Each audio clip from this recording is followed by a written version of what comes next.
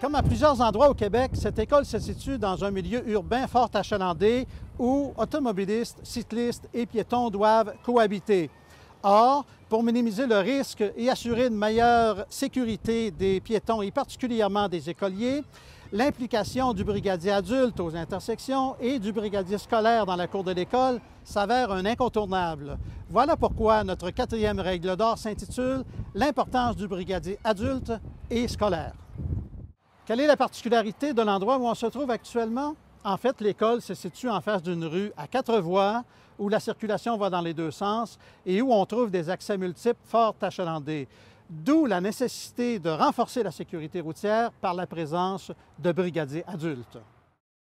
Alors, comment peuvent-ils y arriver? D'abord en donnant des consignes de sécurité aux jeunes, ensuite en signifiant le danger aux automobilistes et finalement en imposant une certaine forme de respect du Code de la sécurité routière.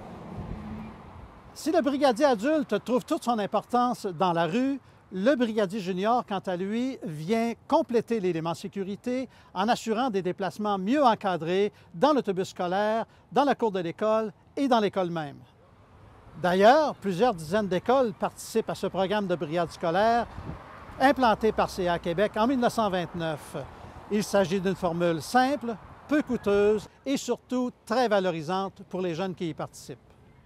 En somme, ce n'est pas parce que les défis sont nombreux pour les établissements scolaires situés en milieu urbain qu'il n'y a pas de solution. Au contraire, un bon encadrement assuré à l'extérieur de l'école par les brigadiers adultes, de même qu'à l'intérieur des murs de l'école par les brigadiers scolaires, vient maximiser la sécurité du déplacement des élèves.